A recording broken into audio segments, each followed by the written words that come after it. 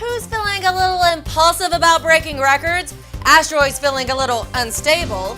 A new study gets a little magical inspiration and another reason to exercise on the Daily Orbit. Hello and welcome to the Daily Orbit. I'm Emerald Robinson. Felt a little impulsive this weekend?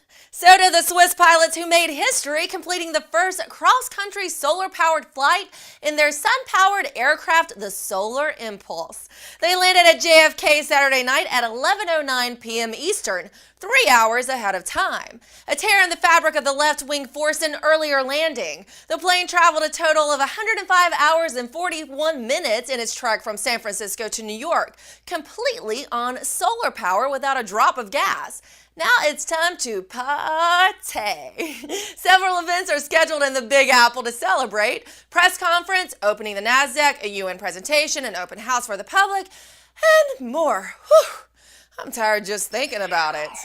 And another aircraft is also making the record books. Well, kind of its own record book. SpaceX's Grasshopper reusable rocket reached 1,066 feet in the air before a successful landing back to its launch pad. Though the number may seem pretty impressive, engineers say it's actually the smooth return to the launch pad of this reusable prototype rocket that is the most impressive. This test flight marks the first time the rocket used its navigation sensors to return to its launch pad.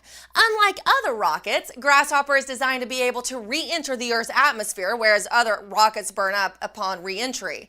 I guess you could say Grasshopper is a smooth operator. Smooth. Okay, that's enough. What's not smooth? The surface of an asteroid. Researchers recently found that rubble and dust covering asteroids and comets could feel changes between particles over much larger distances than Earth, making them less stable, meaning avalanche. Scientists likened it to pulling out an orange from a pile in the supermarket. Some come out easily and some send the whole bunch crashing down. The findings come from an experiment in microgravity. This could have an effect on NASA's asteroid mission as well as private companies looking to mine asteroids. A spacecraft landing on one side of an asteroid could cause an avalanche on the other side by long-range transmission of forces through chains. But there are a lot of variables involved.